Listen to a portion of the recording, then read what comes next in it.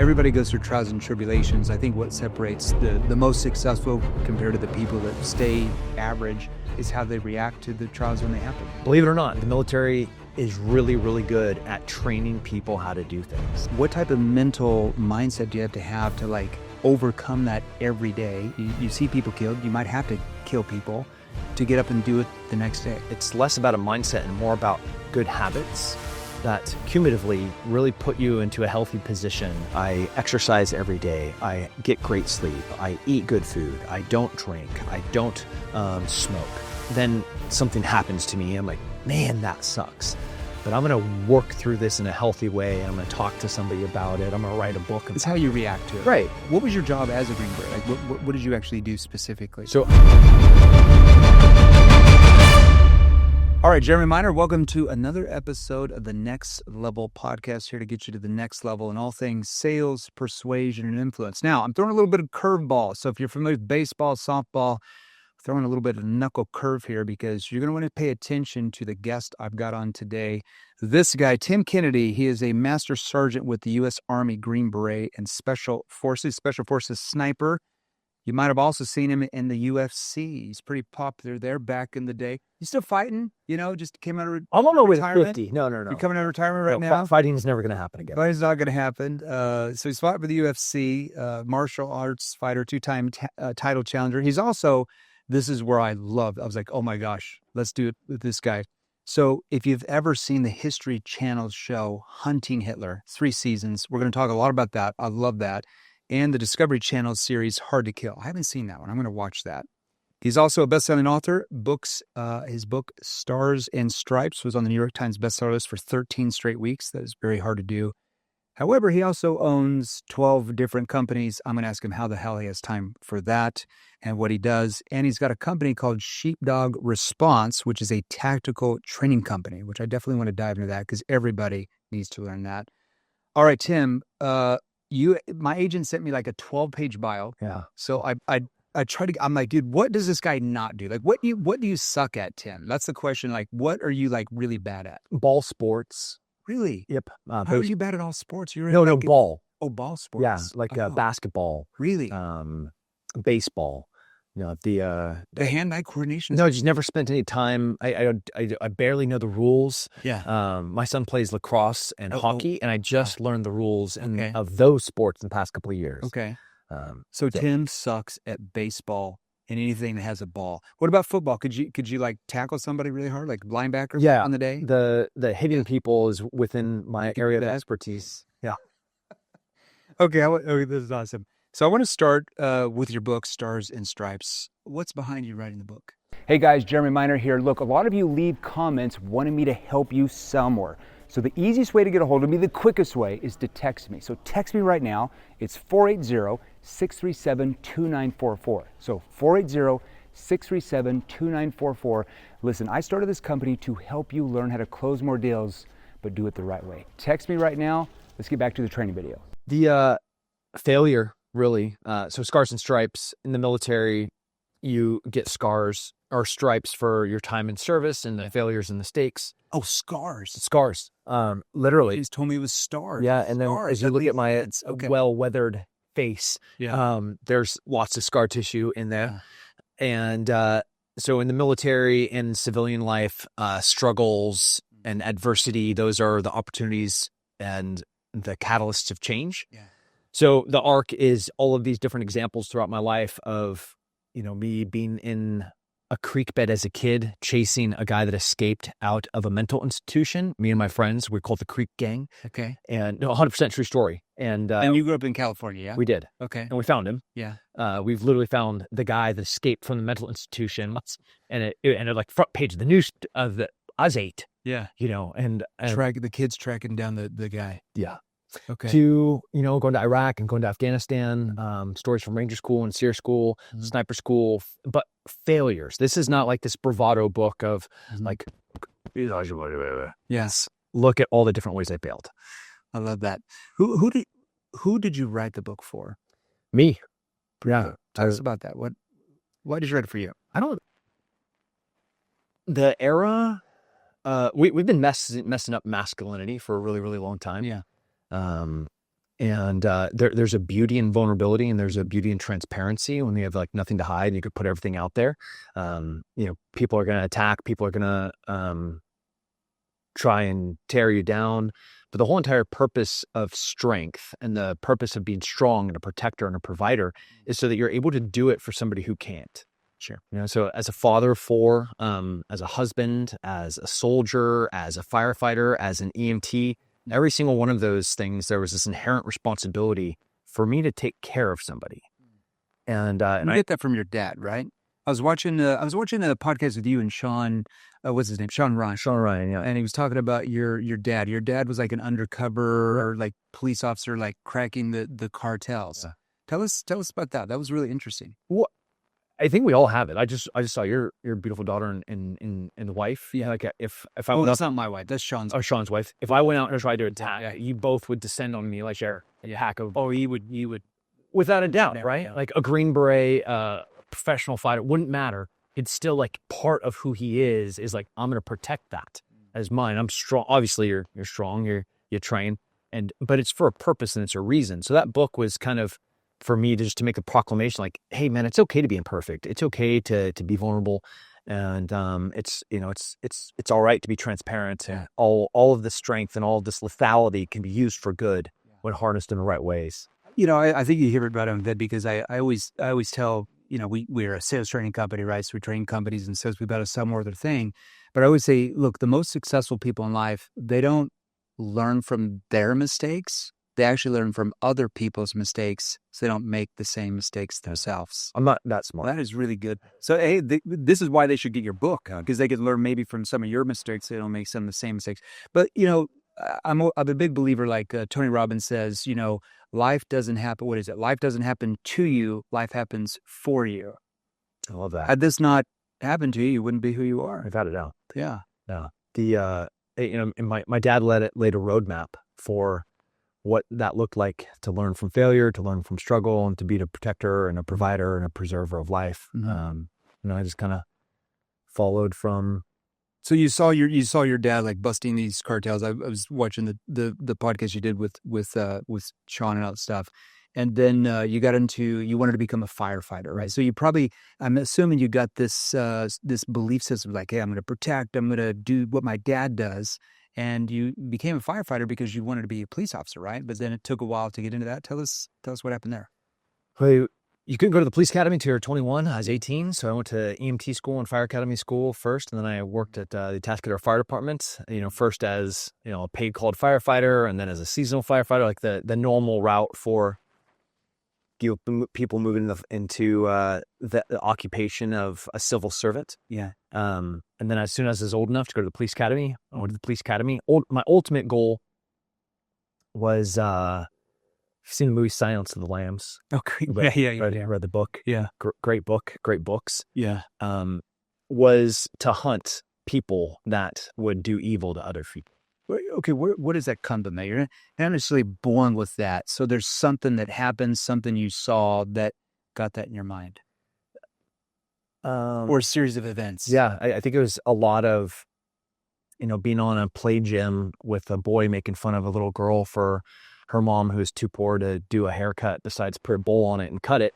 So I'll follow that kid up to the top, crack him in the mouth and push him off. So you're the one beating up the boys. I love that. I took a degree of joy in it. And I was small. I was always a small kid. So there was this chip on my shoulder. I was the second born kid, also another chip on the shoulder. Okay. And then it was in college, there was a serial killer in San Luis Obispo, California named Rex Krebs. No kidding. Yeah. Okay. And I was working at bars downtown, going through school. Okay. As a bouncer. And I remember at the end of the night, and you could smell the fear. You could see these women just shaking with, am I just going to disappear? So they knew this killer was out there. You just didn't know who girls it was. Were just disappearing. Wow. And like another missing girl.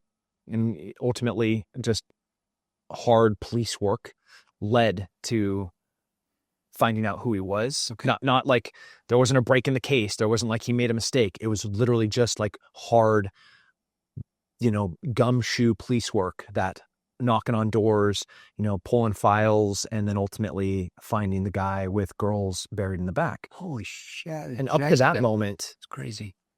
That was for, the helter-skelter and John Wayne Gacy's and BTK killers.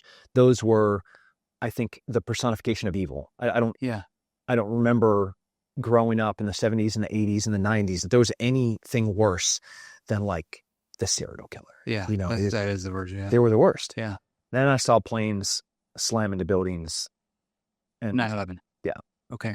Thousands. Is that where you went from? So when that happened, were you in the police academy? Were you? I'd already been done. I had already finished. I was already finished from undergraduate, moving to graduate school. If you're going to go to the FBI, he kind of had that. Was that the route you wanted to go? Is FBI? Okay. What caused? I heard you in here talking about the new FBI director, Kash Patel, great guy, and stuff like that. Seems like a great guy. What was your drive getting into the FBI? They up until the late 90s and early 2000s, had a heritage and legacy of being the best law enforcement agency on the planet. Sure. That dramatically changed from their 90s to present day. But I have faith that it got more political. It did. For one side or whatever. Yeah. Right. And nobody was better at hunting people than the FBI. Okay. So you want to go to the FBI. You see, 9/11 happened. Like we all did. I was, I think, just barely into college or something like that. We're probably around the same age. And what switch flipped in you where you're like, I'm gonna go get those guys? Yeah, I was pissed. Yeah, seeing girls scared, that's something horrible. Like that's something that I hope that I provide security and stability in my family, my community. One of the reasons why we started Sheepdog Response, so that mission can grow. But it was a different thing to watch. The Luttrell brothers, actually, Morgan speaks on this, or no, Marcus talks about this girl in this polka dot dress. Rob O'Neill has talked about her as well.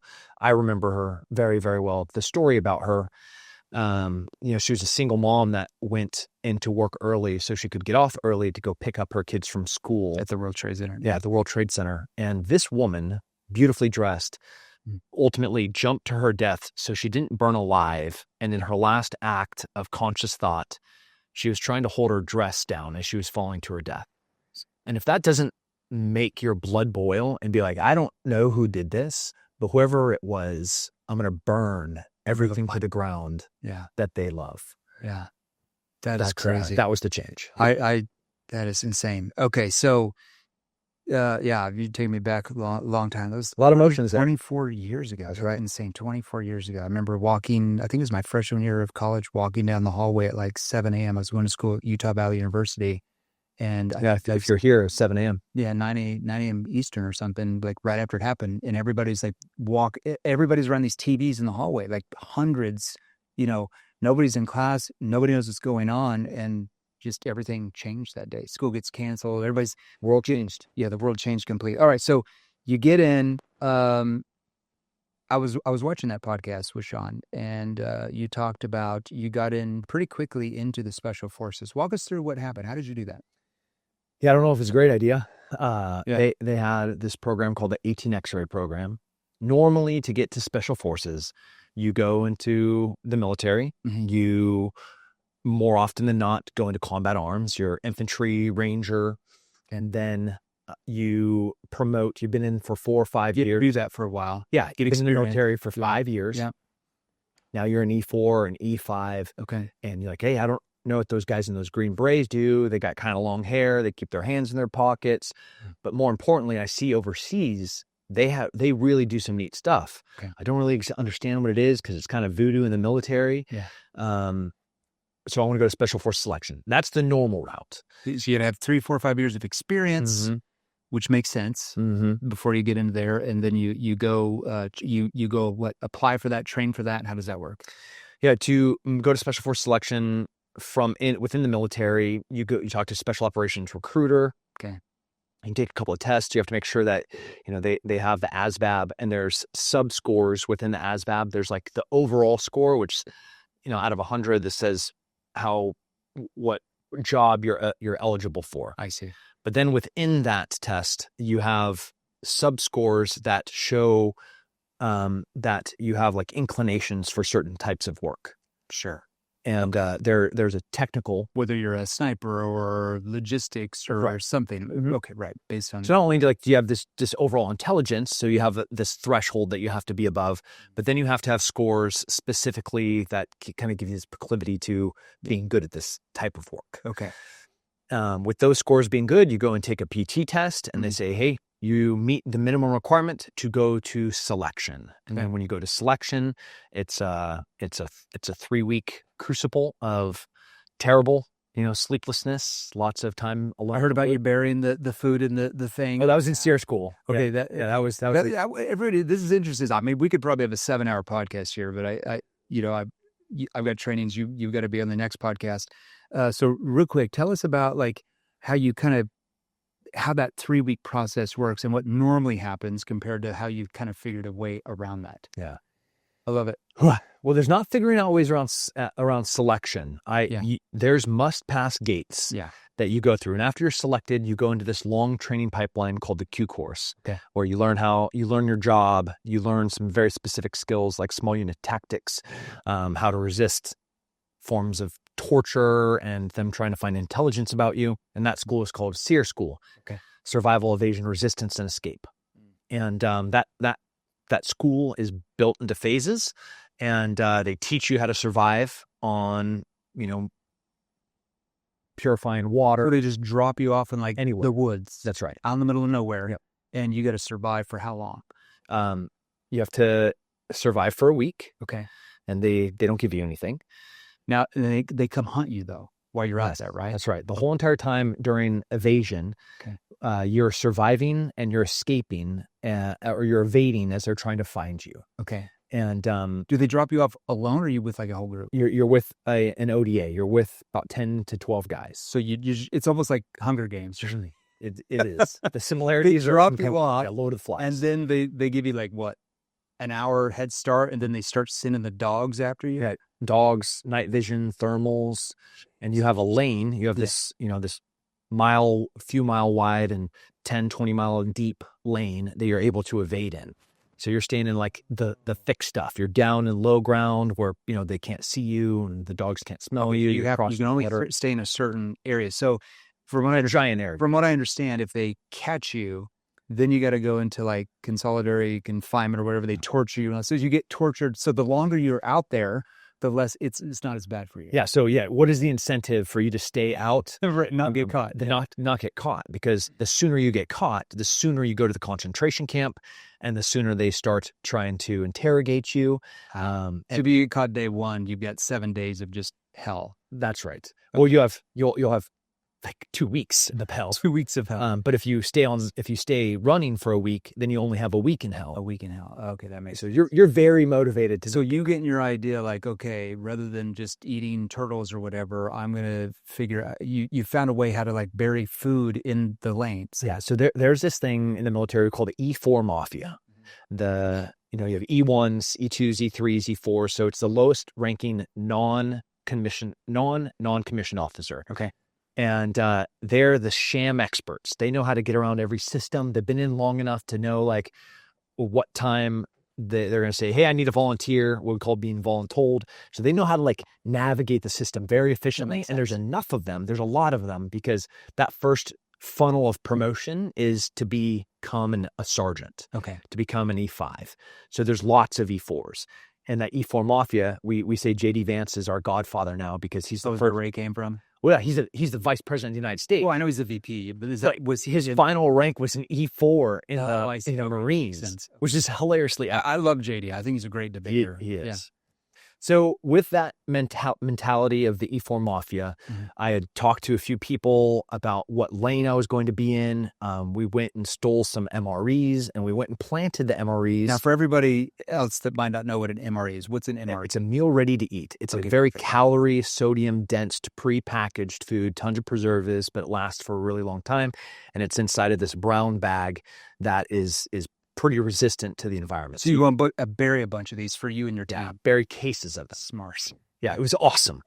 And we had one guy almost my whole entire evasion team were all 18 X-rays. Okay. So we were all down to, manipulate the system. Yeah. And we were all down to like call guys that were back and give us the intel as to where our lane was. This was a game to us. Yeah. Like getting around the system was a game.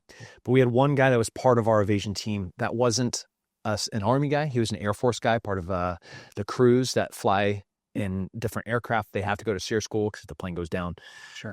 So only very specific jobs go to SEER school.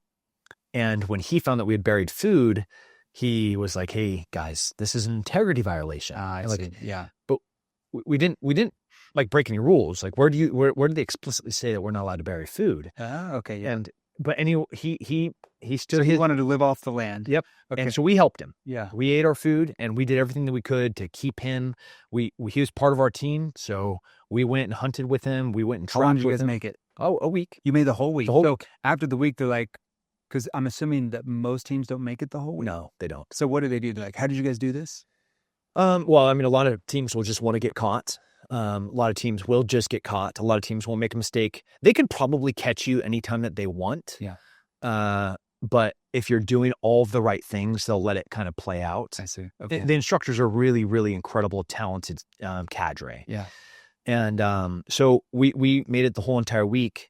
And you have to go to a link-up point Okay. with the people the resistance that are going to smuggle you out, and that's where they betray you, and that's when you And so you get caught. Yep. And because I heard some of this on that Sean Ryan podcast. So you get caught, and they put the bags over your head. They start interrogating you, and who's the person that ends up ratting you guys out? Yeah, it was the Air Force Big guy.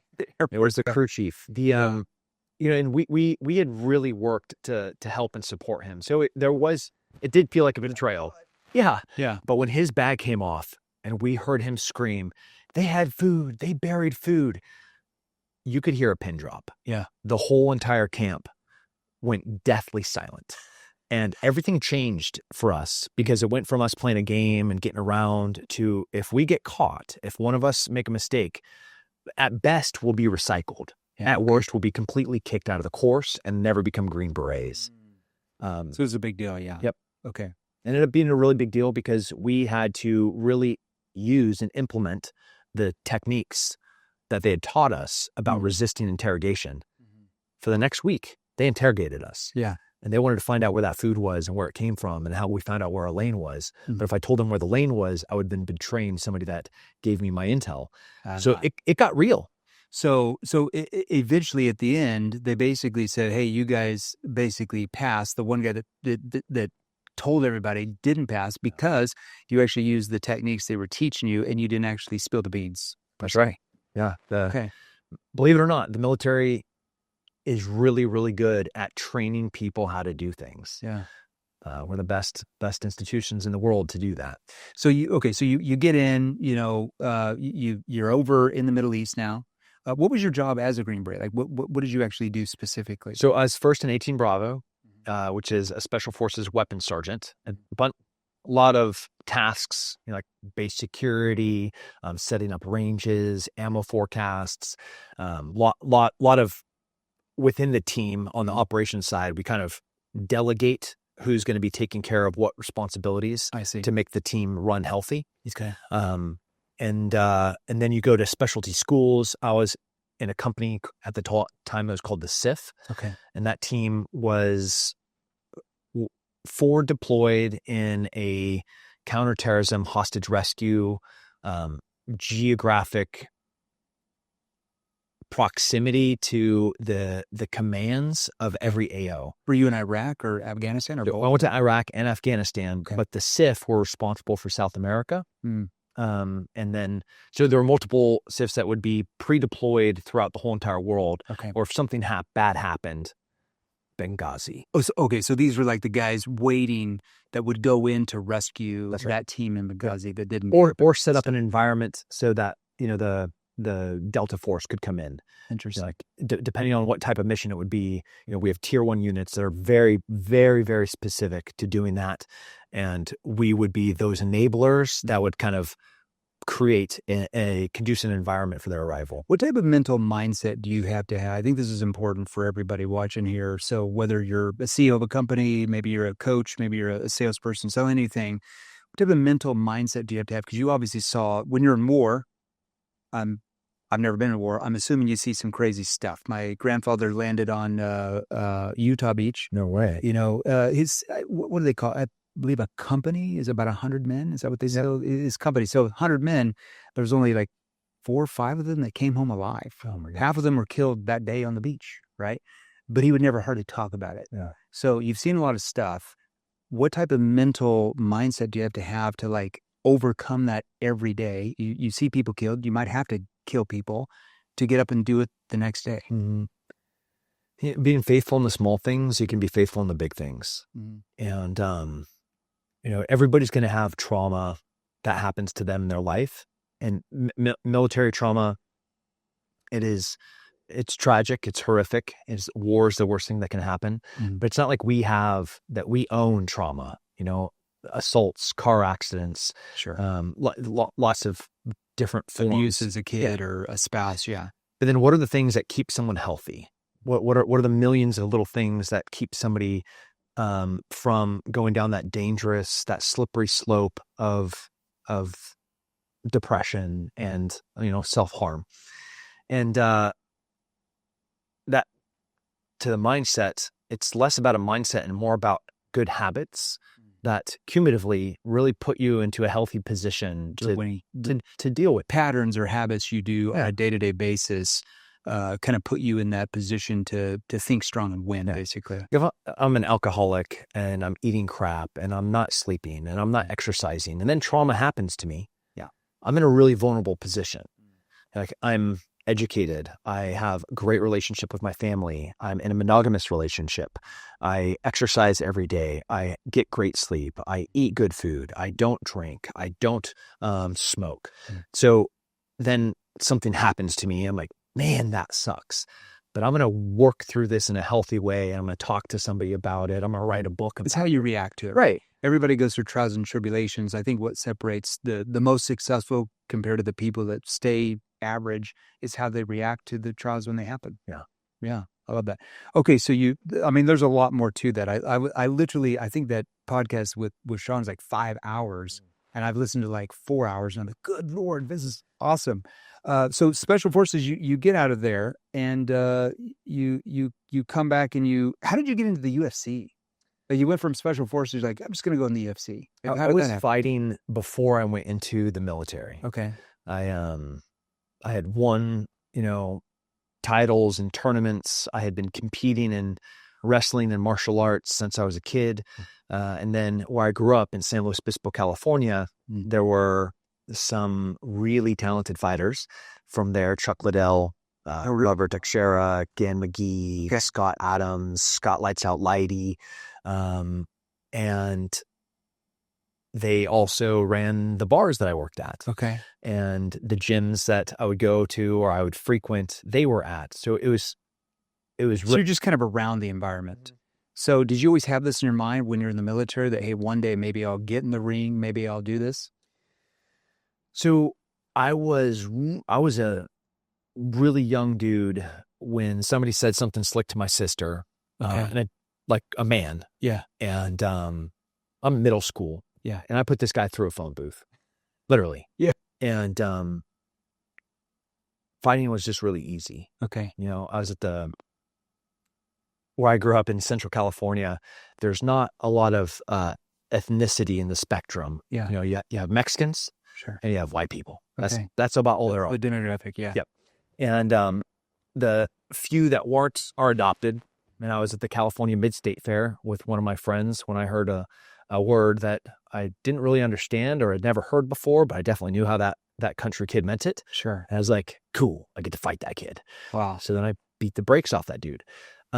So fighting was just something that was really easy. Okay. I definitely had an easy switch to go to violence, and still definitely do. Yeah. And I now say, like, I'm always down for violence, you know, and I'm always down for violence. Violence can be the answer. I love that. So then when I found out that, you know, the first fight I ever had, is cash to fight at an Indian reservation. And I was like, you're going to pay me to you're going to pay me to beat somebody up? I'm in. 100% in. Okay. So you get this feeling of, you're fighting and stuff. So you're in the military. How did that transition happen?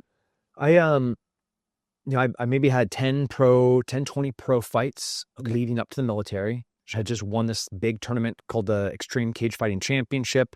They invited the 8 biggest middleweights, the weight wise, but the most successful 8 guys in an 8-man bracket. And I won that thing. Yeah. Chuck Liddell's in my corner, Matt Hughes. Oh, wow. And it was pretty rad event. I love me some Chuck Liddell. And loved the fighting culture and the fighting community and the warrior spirit. Yeah. And then when it went in the military, that just existed. So I was like, this is awesome. I love having it. And I would kind of moonlight on weekends in fighting. Yeah. So if I wasn't going to Iraq or Afghanistan, or if I wasn't going to Ranger School or Sniper School or Sephardic. So if you had any type of leave, you're in the ring. That's right. Interesting. Okay. So did you retire first before you really got into before you're in the UFC? No, I'm still in the military. You're still in the military when you're in the UFC. Yeah. And did they let that happen So I kept it on the down low at first. Yeah. And then so you come back, your face is half beaten in. They're like, what happened? I fell down the stairs. I walked into a door. Special forces training when you're in regiment, guys are beat up often. Okay. We're blowing up doors, we're kicking in doors, we're using window charges and door charges. So it's and normal. I mean, normal to see seeing a dude kind of tore up. It isn't that uncommon okay. on a special forces base. Yeah. Or really any combat arms. Yeah. You go to 82nd Airborne, those guys are just made of leather. They're just tough guys. Okay. And one of the sergeant majors on a weekend was at a bar in Fayetteville, North Carolina. Okay, and they're watching the television, and this shaved head, pretty ripped guy steps onto the main screen on Fox, and it says, Ranger from Fort Bragg, North Carolina. And he's like, oh, who's that? Yeah. And they're like, we don't have Rangers at Fort Bragg, North Carolina. Yeah. So they knew that I was one of theirs. Okay. And so they went and they looked up my name at Global, and they're like, yep, he's in 7th group. So they called you in. Yeah. So I fought. I weighed in on Friday. I fought on Saturday, came home on Sunday. And Monday morning, when I walked into work for PT, my team sergeant was like, we have to go see the group sergeant major. Okay. So you knew something was going on. Yeah. And what did they say to you? They believed at the time that these things were mutually exclusive, and that I couldn't. The motto of the Green Berets, to our own demise, are quiet professionals. Yeah. If you read about us, we've made a mistake, and the application of the quiet professionals absolutely in that context exists. And I do agree that if you're reading about occupationally about what we're doing overseas, we've probably made a mistake. But we're also struggling with identity because people don't know what we do. Yeah. We don't get to tell the stories. And I believe, and I think it's been proven now on this side of the global war on terror, that it was really, really important for us to talk about. Yeah. Do something. Maybe. Yeah. What we do something else. Yeah. Well, at the time, they did not share my sentiments, and they're like, we can't have you on pay-per-view and then go to a top secret unit. Yeah. That just, how does that work? So they gave you a choice, basically. Yeah. Okay. And I again, as somebody that made a career out of navigating systems, I was like, or do I have another choice? Which is ultimately what I did. I transferred to 19th Special Forces Group and then continued to fight. Oh, wow. So I became a part-time Special Forces guy and a part-time fighter. Now tell us about this fight with this is Yoel Romero. My girlfriend is really into UFC more than I am. She's like, oh, that guy's UFC. I'm like, I had no idea. So this Yoel Romero, tell us about this fight. What happened? Oh, that's a controversial fight. It was, yeah. One of the most controversial fights in UFC history. Unfortunately, I was on the losing end of that. Yeah. Michael Bisping is the middleweight champion. His last loss was to me, where I beat the brakes off of him. he great fighter. 5 rounds with me, dominated the whole entire fight. He goes on to become a middleweight champion, knocking out Luke Rockhold, and I am on a win streak, trying to fight my way back to a UFC title fight. Okay. And they call it a title contender elimination match, Okay, sure. which was Yoel and I. I was ranked 3 or 4, and he was ranked 2. Okay. So winner of this fight is going to go on to fight Michael Bisping for the title. The title. Yeah. I really wanted that fight. Yeah. I bet you did. Wanted to fight. Like win this fight, I go to fight Michael Bisping. Stylistically, it's a great matchup for me. And in this fight, I knock Yoel Romero out at the end of the second round. Yeah. Now, tell me what happened with that. So you knocked him out right as the bell was ringing, or like right before the bell was ringing. Saved that by was the a bell. controversy, right? That was the Saved by the Bell is not the controversy. Okay. So So you knocked him out, but the bell hit. Like as you knocked him out, the bell hit. So it didn't really count necessarily. Yeah. If the ref touches you before the bell, the fight is off. I see. Okay. So I get him up against. I land a bunch of great strikes, starting with a pretty good uppercut. Yeah. And then put him up against the cage. Manage distance and start getting some really big shots. Yeah. And as he's crumbling, John McCarthy comes in and grabs me and pulls me off. Is that like the ref? Is that the ref? Yep, the ref. Okay. That is after, which was the bell rang. Okay. And he pulls me off. As he's crumbling down. That's right. Okay. So they pick him up and they carry him to his corner. Yeah. And they put him on a stool. Okay. They're treating his swollen face. They're putting bag on his neck. They're trying to get him back into the fight. That's the corner's job, right? Yeah. The guy with the compress, The Vaseline. yeah, all the things. Yeah. So their job is to get him ready to get back into the fight. Okay. So I go back to my corner and I'm just chomping at the bit. Will they give you like a minute? You have exactly 60 seconds. Okay, gotcha. You get a clap at 50 seconds, which means seconds out. Okay. So all the cornermen have to get out at 50 seconds, and then bell rings. You go in. 2 seconds to compose yourself, and you're right in. Okay. So the 50-second mark happens, the tut, tut, tut, and I look up, and he's still sitting on the stool. I'm like, Yeah. Whole corner is still, all of his seconds are still in there. All of the corners still in there. So Is bell that against the rings. rules? It's against the rules. It's against the rules. Okay. So the bell rings, Yeah. and I walk over to the center of the ring to start the fight. Yeah. And John McCarthy, the ref, points me to go back. I'm like, it's bells rang. It's fight time. Yeah. So he goes over and he's dealing with a bunch of cheating on their side. Okay. They're manipulating. They dropped a bag of ice. He was pretending like he didn't understand English. They put too much Vaseline on So he his was face. buying time. Yes. Okay. But under North Carolina or under Nevada Athletic Commission rules, you got 10 seconds from the sound of the bell to answer the bell, or it's an automatic disqualification. Okay. I, unfortunately, am a rule guy. Okay. I like to know the rules so I can navigate the rules. Sure. Yeah. So at the 1 minute mark, when I go out there and he doesn't answer, I know I have 10 seconds. 10 seconds goes by. You thought you won the fight. It's done, right? I'm celebrating. I'm pointing to Dana White, being like, "I want my title fight." And you better pay me for this fight because I was pretty. So it was over. So why didn't they call the fight?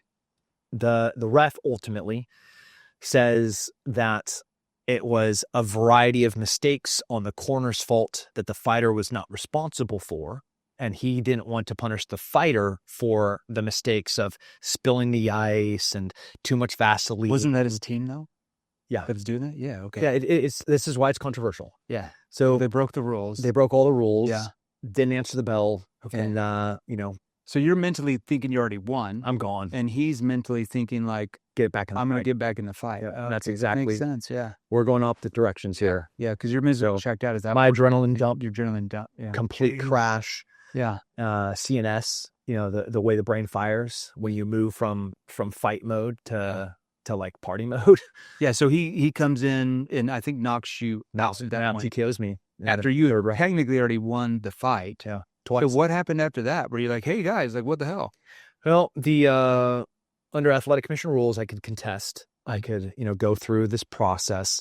I just don't think that's in the spirit of fighting. Yeah. And did you talk to Dana White? Yeah, Dan and I had up to that point. Obviously, as a fighter, we're on opposite ends of the negotiating table. So we were when you're a fighter, he has a different relationship now, but back then as the UFC was kind of being built up, and I was a well-paid fighter that was very outspoken. I had a platform.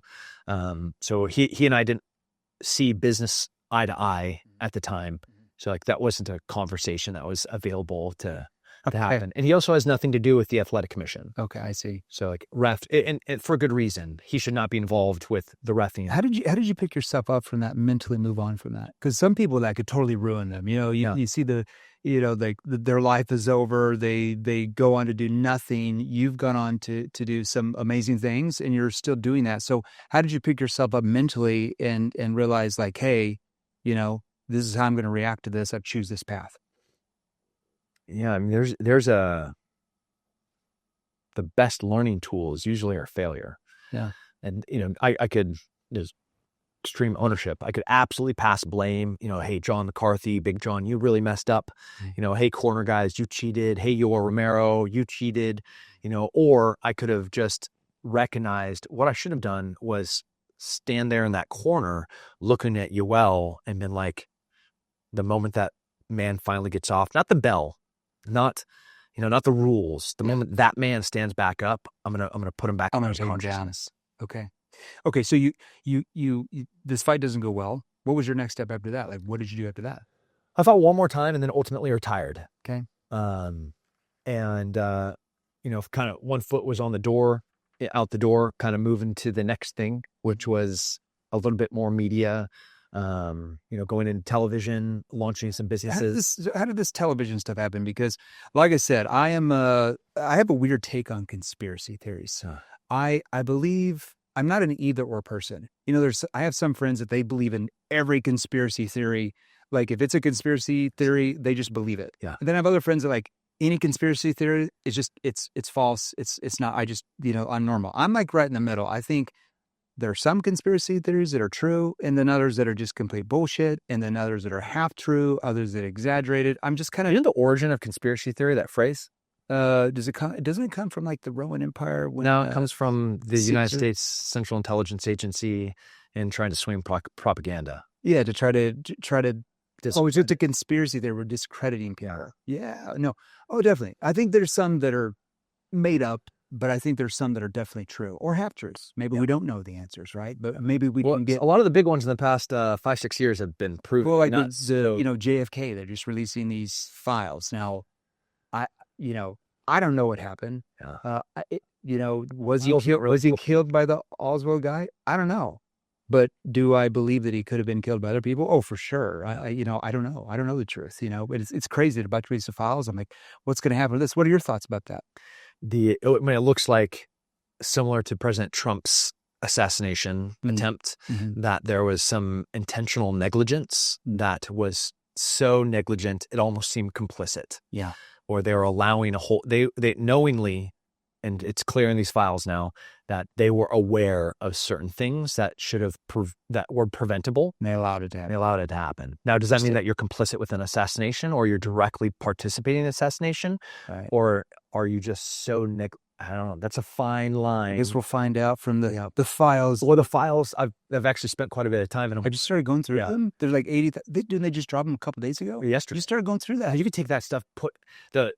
We live in an AI era where you can take. Okay, so tell us, give us a preview. I was on one flight today, and everybody pay attention. JFK files, Tim. There are countries that are specifically named within the JFK files that the CIA asked to have them redacted because they definitely don't look. It's not a great look for this one for those countries. For one of our allies. But was it Israel? There was. Oh God, was it the Mossad? No, not that they did it, but they were aware of a whole bunch of things around it, and they didn't do anything about it. They didn't. Yeah, so the files are not going to be as conclusive as everybody wants them to be. So it's still going to be unknown.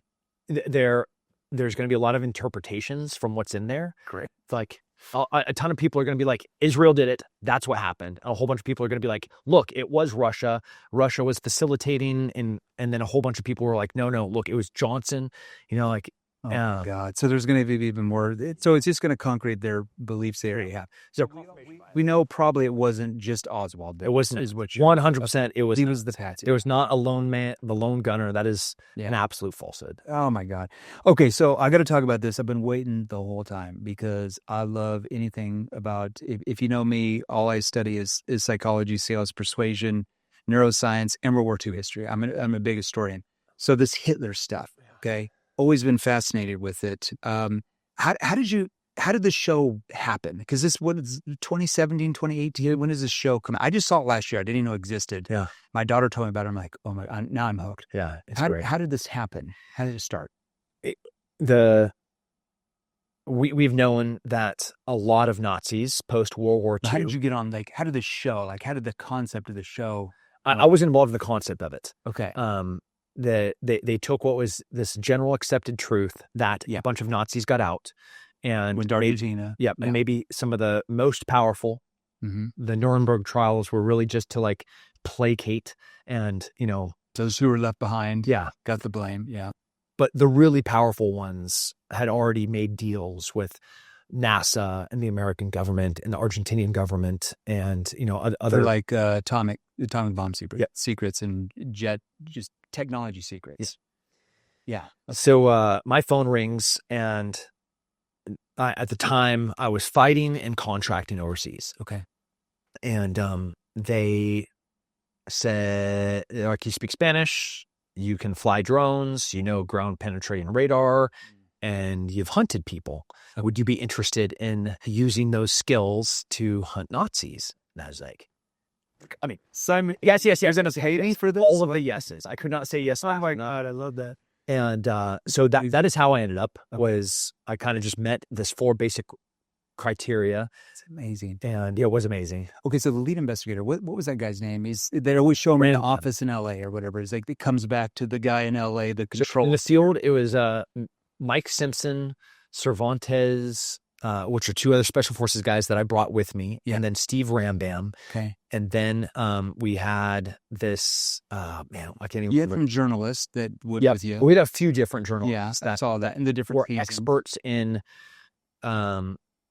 if we're in Eastern Europe or Western Europe or North Africa or South America, they're experts of the Nazis. They were experts in that era, in that particular group of people. Okay. And then we had like the HQ, and that was kind of the television bit of it where like he's driving the train. Yeah. When in truth, the evidence was kind of telling us where we're going next. Okay.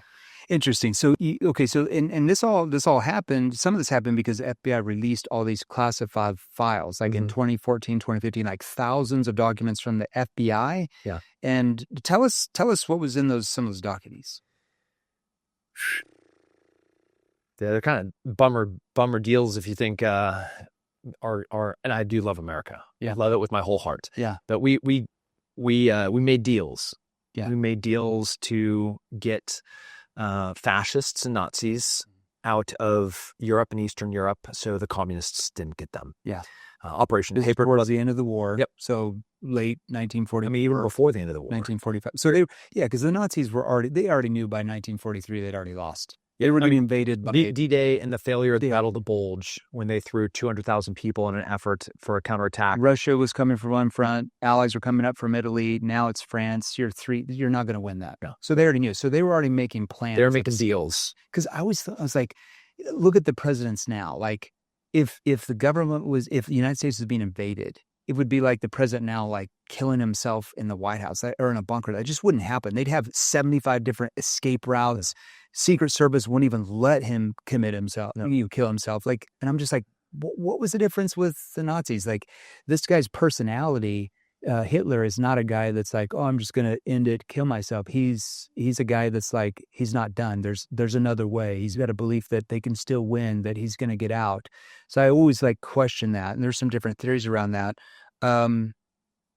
What did they actually give us? A few hints of what was in those FBI documents. I know there's a lot. Yep. The one was the Fourth Reich. So the largest Nazi party outside of Germany was in Argentina. Okay. And a president that was complicit to it. And Perón, or whatever his name is. Yeah. And Chile as well.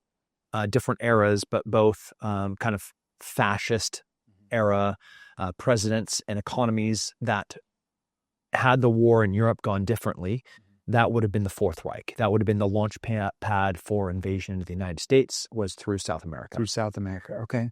And there were already a lot of Germans there, from what I understand. Ton, yeah. So in the 1800s and early 1900s, huge immigration from Italy and Germany to Texas as well. Yeah. You have Fredericksburg and Bernie. Oh, wow. New Braunfels. But in Argentina and Chile, there were entire communities of Germans, faithful National Socialist immigrants. Yeah. And these National Socialists, when they see the rise of the National Socialist Party in Europe, they're like, they're even more German than they've ever been. Yeah. Okay. Even though they're a generation or two generations removed. Yeah. And in these files, it was very clear that there had been, coordination and collaboration with the Argentinian government and submarines carrying gold down into Argentina and setting up. Because they had stolen billions of dollars from the territories that they had taken over, like France and Ukraine, just every country. So as the war was being lost, they were shipping it out. There, banks in Argentina, Swiss banks, all this stuff, shipping that out.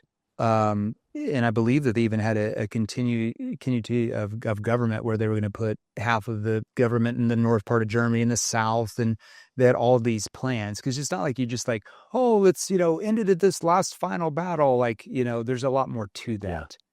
Yeah, there was a lot more to it, and they were planning for longevity into the movement. So they thought their thing was like, we're going to escape to Argentina and we're going to rebuild this Fourth Reich in secret. Yep. Or did they have a deal with the Allies where hey, we're going to send you this technology, and for us doing that, you're going to let us escape? A little bit of both. Really? Okay. Yeah, there was, the ideas definitely didn't die. Yeah, they went into hiding because they were being hunted. Yeah. The early forms of Mossad were going to Bariloche and hunting Nazis and stuff that had escaped. But then you had guys like Adolf Eichmann and Skorzeny that went to work for the Mercedes and the Porsches that were working as engineers. Like if Adolf Eichmann, if the furnaces were always on, he always made sure the trains arrived on time. Yeah, that was the guy that was the logistics person of the Holocaust. Yeah, and Operation Finale was the bureaucrat.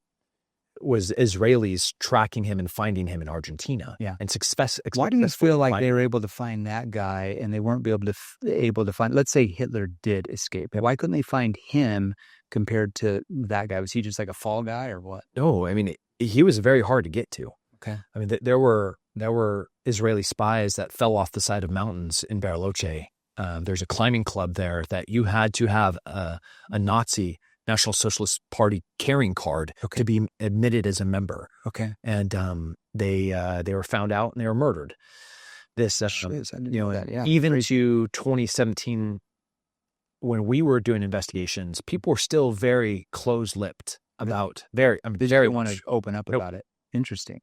So there's different theories out there. Hitler escaped. Eva Braun, some other people escaped.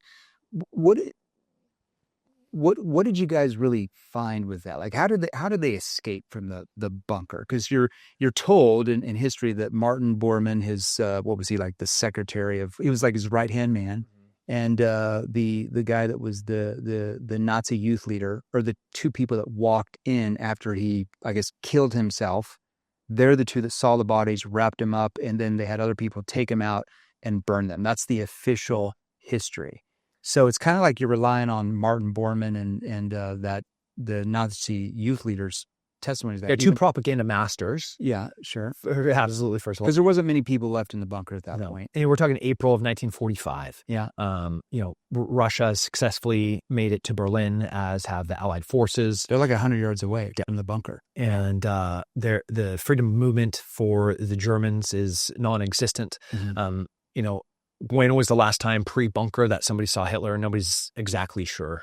People are talking. Last time he was physically seen outside was like April 20th, right? Where he goes up there and shakes. But he had 5-6 different body men. Nobody knows if that was him or not. Yeah, there's no PID all the way up into even February or March. Yeah, okay. And post-Battle of the Bulge in December of 44, the writing's on the wall. It's They a never matter of know time. this now, They know they had to get out. And when you have guys like Mengele, that like the doctor of death, like one of the most evil humans to ever walk the face of the planet. Yeah. That guy effortlessly makes it over to South America. I never caught him. Gets a wife, dies of old age. Yeah. Reading letters from him in Brazil. He owns land in Paraguay. Yeah. It's like, or Uruguay. Yeah. So like the roadmap, the blueprint to get these guys out had not only been planned, but then tested and executed at the very end. Any government's going to have 100 different routes, right? That's just normal, right? Every government's going to have it. So what in your mind, from your guys' investigation, what do you think actually happened? Like he goes into the bunker, like, I'm going to commit suicide, and there's like a secret hatch, and they bring him out somewhere, and he flies to the Canary Islands, takes a submarine, or what did you guys? Those are really romantic. Yeah. Did he get on it? I don't know if a guy that age could get on a submarine and go from the Canary Islands to Argentina. They had submarines that were capable of it, especially towards the end of the war. They might have had a super submarine that maybe was a luxury submarine. No, we found German submarines off our own coast in North Carolina and South Carolina, and and they absolutely found him up and down the coast of Argentina. Yeah. Is he flying on a plane and getting refueled on the way? Is like, all of those are possibilities. Like, the worst thing is that his ideas got out and remained. Yeah. The fact that we still see like SS tattoos and Nazis on. Oh, for sure. It's just the biggest. See, it's either with me. It's either like, I don't believe the official account now that I watched the show and did more research. I either believed he did escape somehow, which is plausible, probably well before, probably at least a couple weeks, a week or two before any of that stuff went down, or he really did kill himself, but we never actually found the bodies, because when he killed himself, his, what's the SS? What's the SS called? He was SS. What's the term? SS. His it's not stormtroopers. What is it called? SS. The group, the fanatics. Yeah. The SS basically took his body somewhere, buried it where nobody could ever find it, because I think we do know from the DNA evidence that the Russians have of supposedly Hitler's skull that that's not even Hitler. No. So I don't believe those were the bodies of Hitler and Eva. So they either killed themselves, SS put him somewhere where nobody's ever going to find him, and I do believe Bormann escaped. I'll tell you why, or Hitler escaped. I don't really believe in the official account, though. Yeah, could be either or. I agree with that. Yeah, I don't know ultimately what happened to that one man. Yeah, I know that a whole bunch of the high-ranking Nazis made it out.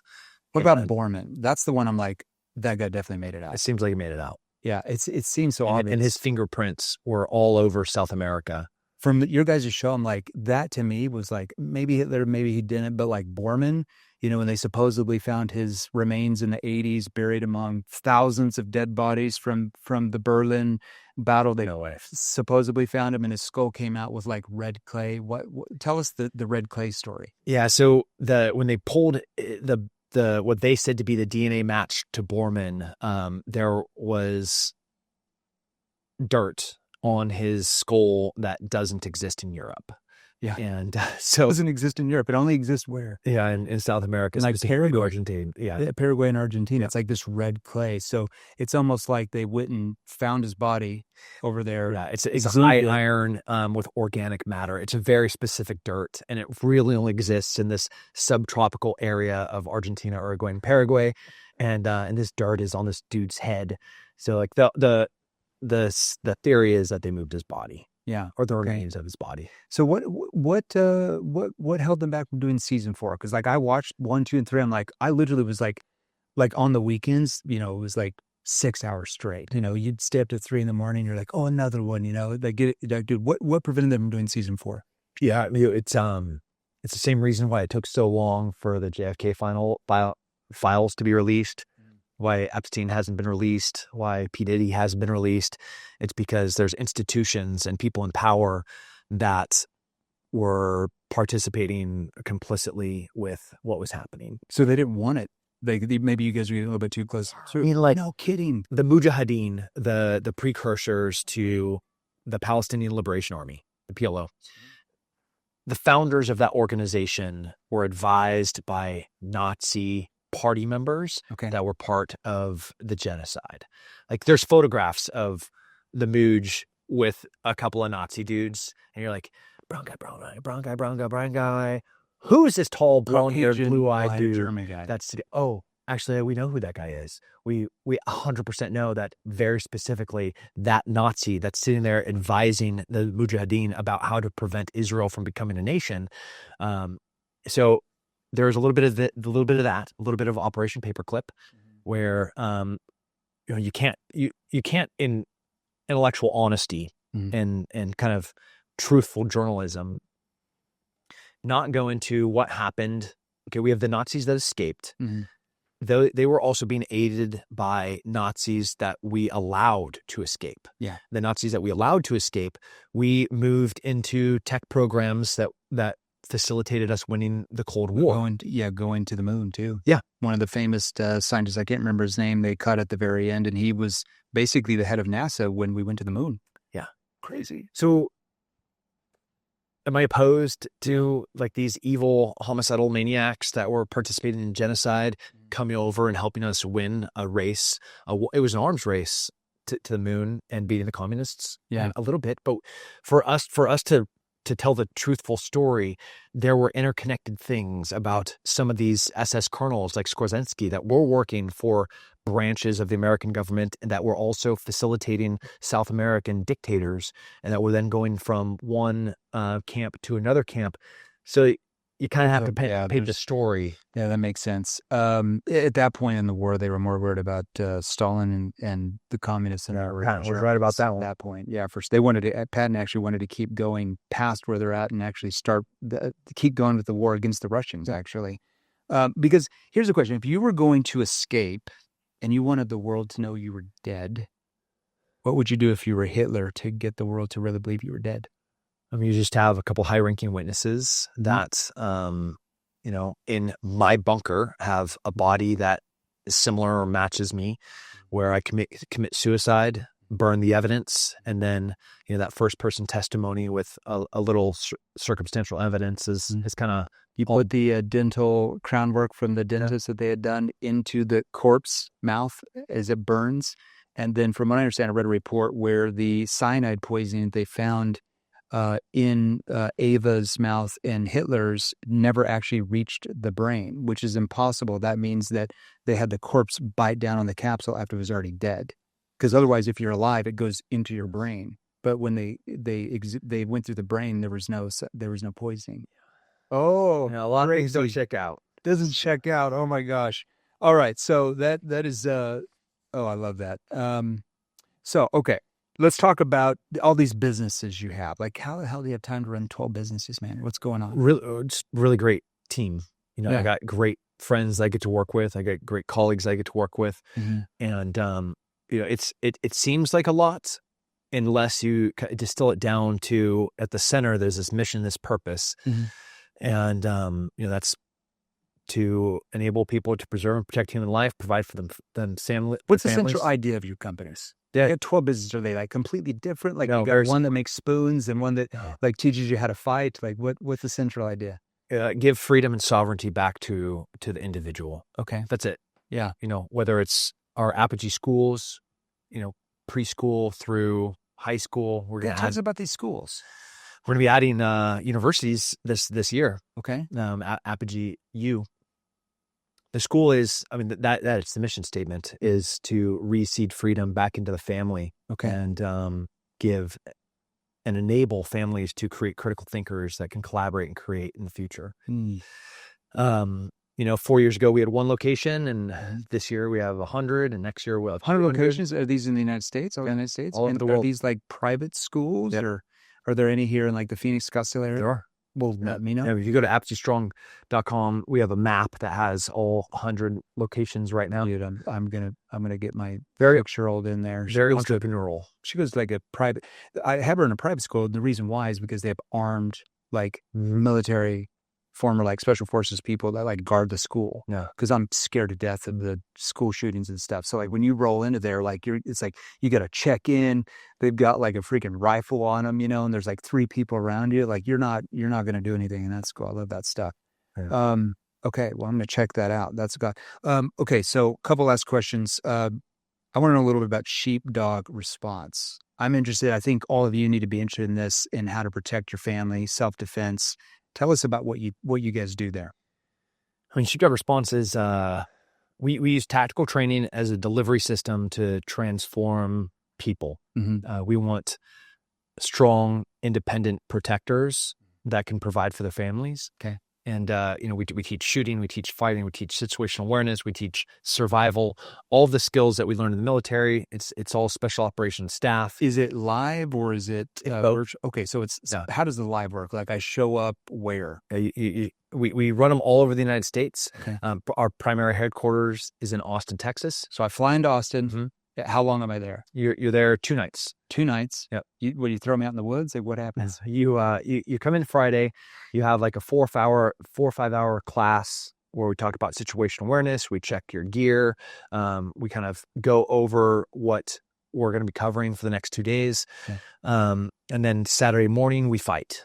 We bring you in. We teach grappling, wrestling, striking, ultimately building to weapon retention to like take somebody's gun or knife away from somebody and be able to retain a gun and knife of your own.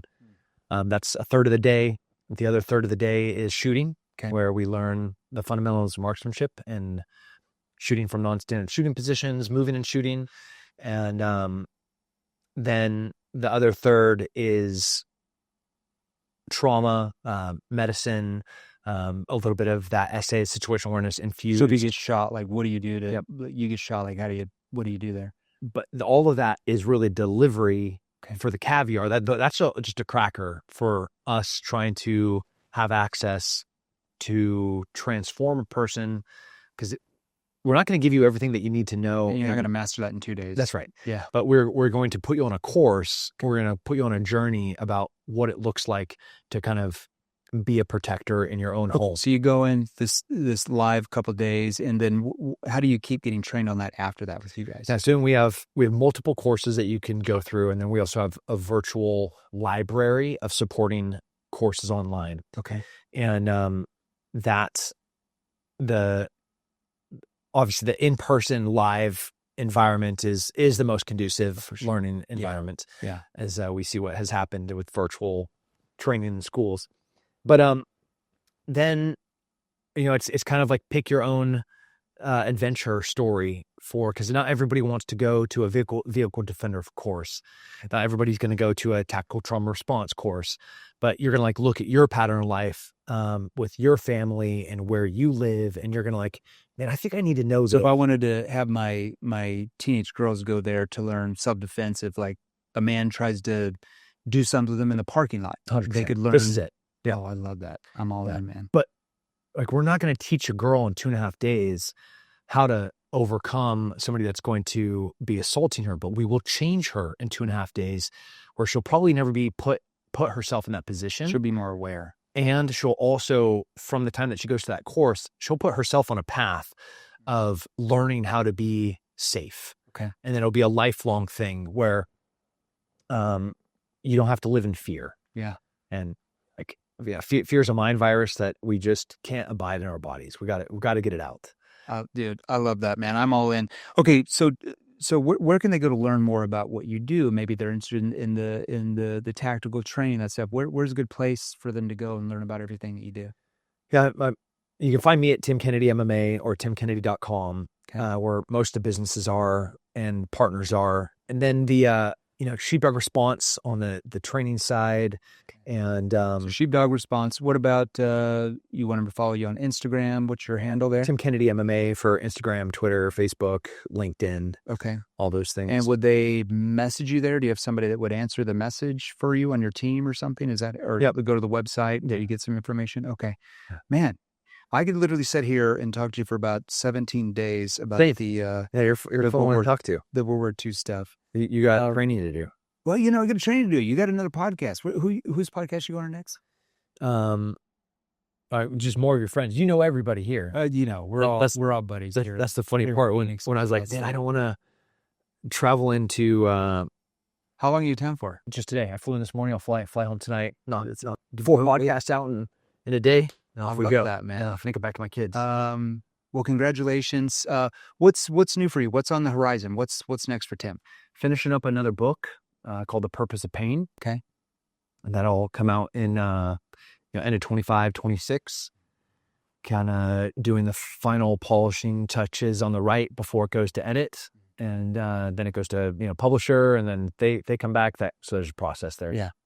And, desperately, passionately, I'm spending a lot of time in Washington, D.C. right now. Are you going to run for office? I'm not. You'll be like a senator or congressman? No, I've been voluntold to do that. I don't know if that's ultimately up to my wife, because that will affect our family. Yeah. But I want to, I have a lot of great people in office right now that are doing a lot of great things, and I just want to support them. I love this Elon Musk, cutting the fat, all the freaking crazy amounts of money that's going everywhere. I'm a radical in this regards. I think he is only, he's done 5% of what I want him to do. Oh, I'm sure there's a lot more there. I mean, everybody's like, oh my gosh, they just laid off 60,000. I'm like, add a zero to that.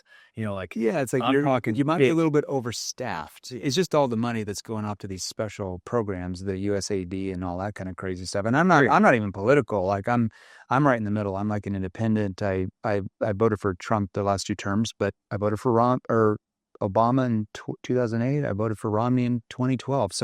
And I voted for some Democrat senators, but I've been voting more to the right lately just because of the tax issues and the, I'm a big women's rights supporters. Like my girls played sports in high school very successfully, and the men in sports, like it's not something cool. Yeah, with I got me. 3 daughters. Not something cool with me, man. Not something cool with me. So they lost me on that one. I ain't gonna have some guy coming into my daughter's bathroom.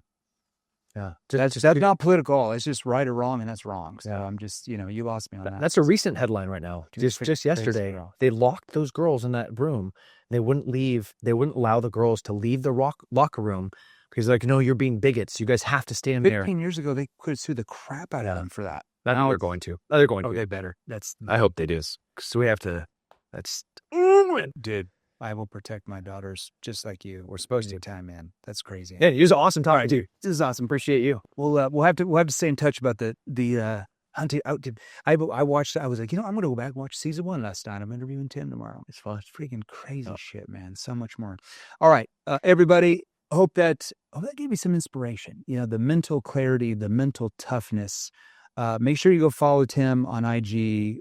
Go get the tactical training. I'm gonna have my daughter sign up for it. I will sign up for it because I need to learn those skills as well. It's not just up here. You got to use the physical body sometimes to protect your loved ones. So go check Tim out. And if you have questions, you got questions related sales, you know where to reach me. Text us 480-637-2944. Myself, some of our sales trainers will get back to you with answers. Until next time, see you then.